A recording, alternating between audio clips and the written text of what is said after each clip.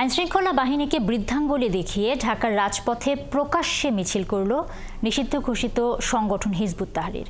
শুক্রবার জুমার নামাজের পর বায়তুল মোকাররম মসজিদ থেকে মার্চ ফর খিলাফত শিরোনামে মিছিল বের করে সংগঠনটির নেতাকর্মীরা। পল্টন বিজয়নগর ঘুরে আবারও বায়তুল মোকাররম যেতে চাইলে টিয়ারশেল এবং সাউন্ড গ্রেনেড ছুড়ে তাদেরকে ছত্রভঙ্গ করে পুলিশ। এ সময় গ্রেফতার করা হয় বেশ কয়েকজনকে।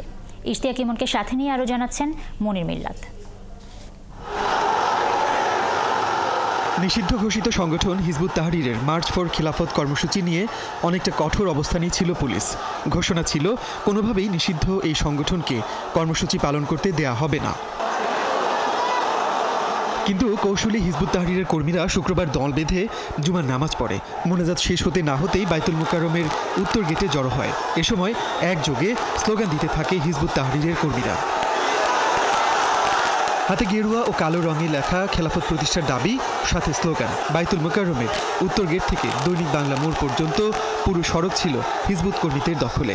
মিছিল নিয়ে পল্টন মোড়ের দিকে এগুতে চাইলে তাদের বাধা দেওয়ার চেষ্টা করে পুলিশের কয়েকজন সদস্য, কিন্তু আটকানো যায়নি। পল্টন মোড় হয়ে নির্বিঘ্নে বিজয়নগরের দিকে এগুতে থাকে হিজবুত তাহরীরের মিছিল। সেখান থেকে ঘুরে আবারও বায়তুল মোকাররমে যেতে চাইলে টিয়ারশেল ও সাউন্ড গ্রেনেড ছোড়ে পুলিশ।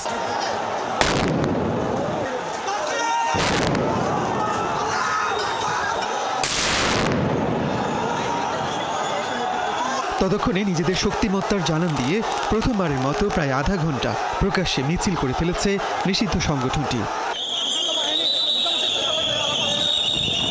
এবার পুলিশ ও সেনা সদস্যরা মিলে তাদের ছত্রভঙ্গ করার চেষ্টা করে। শুরুতে কিছুটা প্রতিরোধের চেষ্টা করলেও দুপুর 2:30 নাগাদ ছত্রভঙ্গ হয়ে যায় মিছিলকারীরা।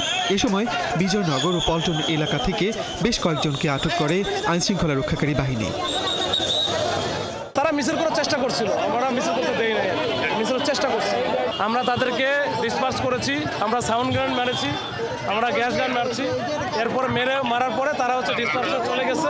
এখন পরিস্থিতি একেবারে শান্ত। আমরা গলির অলিগলির ভিতরে যদি কেউ থাকে সেটাও দেখতেছি।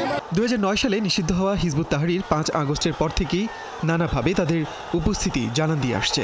গোপন কর্মকাণ্ডের পর মার্চ ফর খিলাফত দিয়ে এবার প্রকাশ্যে রাজপথে নামল তারা। মনির মিল্লাত, 71, ঢাকা।